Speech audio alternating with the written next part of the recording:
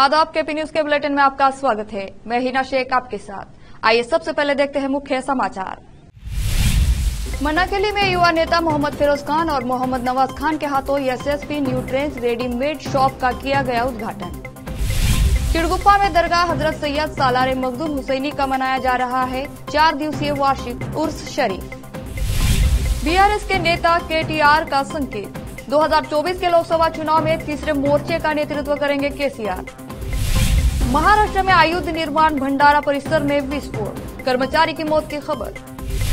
ज्ञानव्यापी जब तक हिंदुओं को नहीं मिलती नहीं खाऊंगा अन्न, स्वामी जितेंद्रानंद सरस्वती ने खाई कसम। केरल में गणतंत्र दिवस समारोह में केंद्र के खिलाफ आपत्तिजनक प्रस्तुति के आरोप में 2 अधिकारी निलंबित।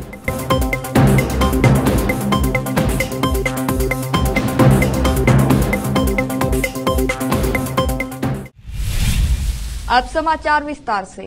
शुक्रवार 26 जनवरी की शाम को मन्नाखेली में एसएसपी न्यूट्रेंस रेडीमेड शॉप का उद्घाटन किया गया। बीदर के युवा नेता व समाज सेवी मोहम्मद फिरोज खान और बीदर वार्ड नंबर 32 के काउंसलर मोहम्मद नवाज खान ने रिबन काटकर इस शॉप का उद्घाटन किया। इस अवसर पर मन्नाखेली के प्रसिद्ध व्यक्ति सलाम पाशा और दूसरे उपस्थित थे। इस अवसर पर मोहम्मद फिरोज खान, मोहम्मद नवाज खान और यहां उपस्थित अन्य अतिथियों को शाल और फूलमाला पहनाकर सम्मानित किया गया। साथ ही इस अवसर पर मोहम्मद नवाज खान के हाथों सलाम पाशा का सम्मान किया गया। केपी न्यूज के कैमरामैन अलीम पाशा का कवरेज। चिड़गुप्पा में दरगाह हजरत सैयद सालार मखदूम हुसैनी का 4 दिवसीय वार्षिक उर्स शरीफ की शुक्रवार को गुस्ल की रस्म अदा करने के साथ शुरुआत हुई। आज शनिवार 27 जनवरी को शाम बाद नमाज ए मगरिब मुजावर हजरात की ओर से संदल मुबारक निकलेगा और रविवार 28 जनवरी को बाद नमाज ईशा पटेल हजरात की ओर से संदल मुबारक निकाला जाएगा और सोमवार को बाद नमाज ए ईशा कुरैशी हजरात की ओर से संदल मुबारक निकाला जाएगा और मंगलवार की शाम को ड्राइवर यूनियन की ओर से झेला मुबारक निकलेगा। इस दिन बाद नमाज ईशा महफिल ए समा यानी कव्वाली कार्यक्रम आयोजित किया जाएगा। फातिहा खानी होगी और तबरुकात वितरित किए जाएंगे। तमाम अकीदतमंद इस उर्स में शरीफ उपस्थित रहने की अपील की गई है। चिड़गुप्पा से केपी न्यूज के संवाददाता अजीम की रिपोर्ट।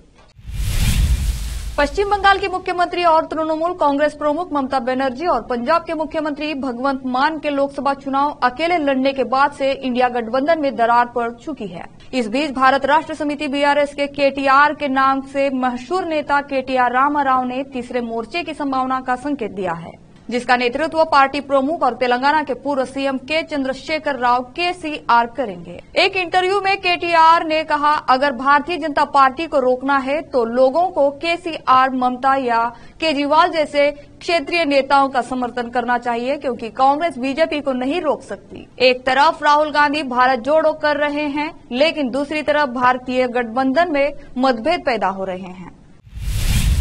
महाराष्ट्र में आयुध निर्माण भंडारा परिसर में विस्फोट के कारण एक कर्मचारी की मौत हो गई। पुलिस ने इस घटना की जानकारी दी। यह घटना सुबह के 8 बजे घटी। मृतक की पहचान 52 वर्षीय अविनाश मेश्राम के तौर पर की गई है। अधिकारी ने बताया कि जब यह विस्फोट हुआ तब मृत दिन की पहली पाली में काम कर रहा था। उस समय वह अपने विभाग से अकेला था। इस घटना के बाद से फैक्ट्री के महाप्रबंधक से संपर्क नहीं हो पाया है। अब लेते हैं छोटा सा ब्रेक। हिंदुस्तान के हर कोने में हम हैं मौजूद। 24 घंटे हालात पर गहरी नजर, खबरों से जुड़े चुपते सवालात और आपको दिखाता है धार्मिक, सामाजिक, राजनीतिक, लोकल और इंटरनेशनल न्यूज की सबसे बेहतर कवरेज, जो आपको रखती है हर पल बाखबर। देश और दुनिया भर की खबर के लिए देखते रहें केपी न्यूज 24/7। ब्रेक के बाद आपका स्वागत है। मराठा आरक्षण के कार्यकर्ता मनोज जरांगे ने महाराष्ट्र सरकार के खिलाफ अपना विरोध प्रदर्शन वापस ले लिया है। उन्होंने बताया कि राज्य सरकार ने उनकी सारी मांगे मान ली है। जरांगे ने कहा कि सरकार उन सभी मराठों के उन रिश्तेदारों को कुणबी जाति प्रमाण पत्र जारी करने के लिए एक अधिसूचना जारी की है, जिसके रिकॉर्ड पाए गए हैं। जरांगे ने यह घोषणा नवी मुंबई के पास वाशी में दिया। शुक्रवार को यहां हजारों की संख्या में लोग विरोध प्रदर्शन का समर्थन करने आए थे। जरांगे ने सरकार के सामने एक नई मांग रखी। उन्होंने कहा कि सरकार सभी मराठों को शामिल करने के लिए अपनी मुक्त शिक्षा नीति में संशोधन करे। हालांकि शनिवार को सीएम एकनाथ शिंदे जरांगे से मिलने नवी मुंबई पहुंचे। दोनों ने एक साथ छत्रपति शिवाजी महाराज की प्रतिमा पर माल्यार्पण किया। इसके साथ ही जरांगे ने नई मुंबई में अपने समर्थकों और सीएम शिंदे के सामने अपना अनशन खत्म किया। महाराष्ट्र के अमरावती जिले के रहने वाले सामाजिक कार्यकर्ता शंकर बाबा पालकर को इस साल भारत सरकार की तरफ से पद्मश्री पुरस्कार से सम्मानित किया जाएगा। पालकर देश का चौथा सबसे बड़ा नागरिक पुरस्कार दिए जाने की घोषणा के से काफी खुश है। उन्होंने प्रधानमंत्री नरेंद्र मोदी से मिलने की इच्छा जाहिर की है। उन्होंने बताया, जब मुझे प्रधानमंत्री आवास से फोन आया कि मुझे पद्मश्री से सम्मानित किया जाएगा तो मैंने अनुरोध किया कि मैं पीएम मोदी से मिलना चाहता हूं। उन्होंने कहा कि यह पुरस्कार मेरे देश का गौरव है, मैं इसे अवश्य स्वीकार करूंगा। 81 वर्षीय सामाजिक कार्यकर्ता शंकर बाबा ने कहा, मैं यह पुरस्कार दिव्यांग बच्चों को समर्पित करता हूं। बिहार की राजनीति में सियासी हलचल तेज हो गई है। बिहार के मुख्यमंत्री नीतीश कुमार महागठबंधन को छोड़ एक बार फिर एनडीए में शामिल होने के लिए तैयार है। वहीं कांग्रेस नेता राहुल गांधी इस समय भारत जोड़ो न्याय यात्रा पर है। हालांकि पिछले 3 दिनों में 3 राज्यों के मुख्यमंत्री ने झटका दिया है। बता दें कि इससे पहले भारतीय जनता पार्टी सांसद सुधांशु त्रिवेदी ने एक बड़ा बयान दिया। सुधांशु त्रिवेदी ने कहा कि जब राहुल गांधी ने अपनी पहली भारत जोड़ो यात्रा की तो कांग्रेस 3 राज्यों में हार गई। अब वह पूर्व से पश्चिम तक अपनी यात्रा कर रहे हैं।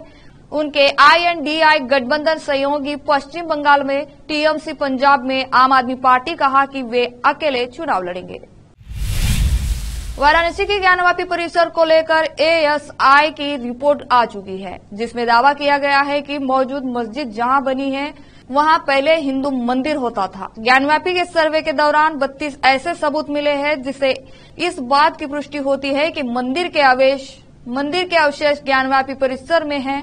इस बीच खबर है कि अखिल भारतीय संघ समिति के महामंत्री स्वामी जितेंद्रानंद सरस्वती ने ज्ञानवापी को लेकर एक कसम खाई है और खाना छोड़ दिया है। आइए जानते हैं ये मामला क्या है। बता दें कि अखिल भारतीय संघ समिति के महामंत्री स्वामी जितेंद्रानंद सरस्वती ने कहा है कि जब तक ज्ञानवापी हिंदुओं को वापस नहीं मिल जाती है तब तक वह अन्न नहीं ग्रहण करेंगे।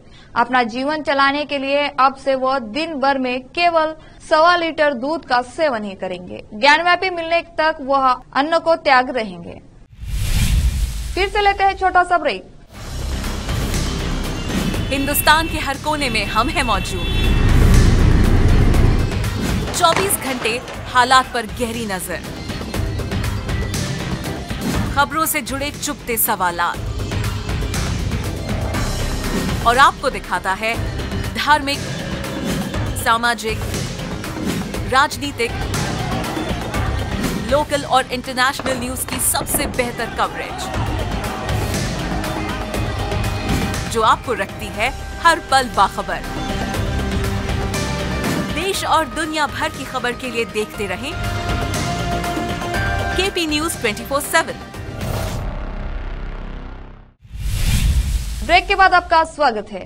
केरल उच्च न्यायालय ने गणतंत्र दिवस पर आयोजित समारोह में मंच पर कथित तौर पर आपत्तिजनक प्रस्तुति और केंद्र सरकार की आलोचना करने के लिए अपने 2 अधिकारियों को निलंबित कर दिया है। उच्च न्यायालय में महापंजीयक ने कहा कि दोनों अधिकारी, एक सहायक पंजीयक उच्च ग्रेड और कोर्ट कीपर उच्च ग्रेड को घटना की जांच होने तक तत्काल प्रभाव से निलंबित कर दिया गया है। महापंजीयक ने शुक्रवार को जारी आदेश में कहा वे दोनों अधिकारियों अपनी सभी सरकारी संपत्तियां वापस करेंगे, जिसमें उन्हें जारी किया गया पहचान पत्र भी शामिल है। आदेश में यह भी कहा गया है कि मुख्य न्यायाधीश ने पंजीयक सतर्कता को घटना की वस्तुनिष्ठ जांच करने और जल्द से जल्द रिपोर्ट सौंपने का निर्देश दिया है। लोकसभा चुनाव के लिए समाजवादी पार्टी ने कांग्रेस के साथ गठबंधन की घोषणा कर दी है। इसको लेकर अखिलेश यादव ने ट्वीट कर कहा कि कांग्रेस के साथ 11 मजबूत सीटों से हमारे सौहार्दपूर्ण गठबंधन की अच्छी शुरुआत हो रही है। ये सिलसिला जीत के समीकरण के साथ और भी आगे बढ़ेगा। इंडिया की टीम और PDA की रणनीति इतिहास बदल देगी। आखिर में फिर से देखते हैं मुख्य समाचार। मनाकली में युवा नेता मोहम्मद फिरोज खान और मोहम्मद नवाज खान के हाथों एसएसपी न्यूट्रेंस रेडीमेड शॉप का किया गया उद्घाटन। चिड़गुप्पा में दरगाह हजरत सैयद सालार मखदूम हुसैनी का मनाया जा रहा है 4 दिवसीय वार्षिक उर्स शरीफ। बीआरएस के नेता केटीआर का संकेत, 2024 के लोकसभा चुनाव में तीसरे मोर्चे का नेतृत्व करेंगे केसीआर। महाराष्ट्र में आयुध निर्माण भंडारा परिसर में विस्फोट, कर्मचारी की मौत की खबर। ज्ञानव्यापी जब तक हिंदुओं को नहीं मिलती नहीं खाऊंगा अन्न, स्वामी जितेंद्रानंद सरस्वती ने खाई कसम। केरल में गणतंत्र दिवस समारोह में केंद्र के खिलाफ आपत्तिजनक प्रस्तुति के आरोप में 2 अधिकारी निलंबित।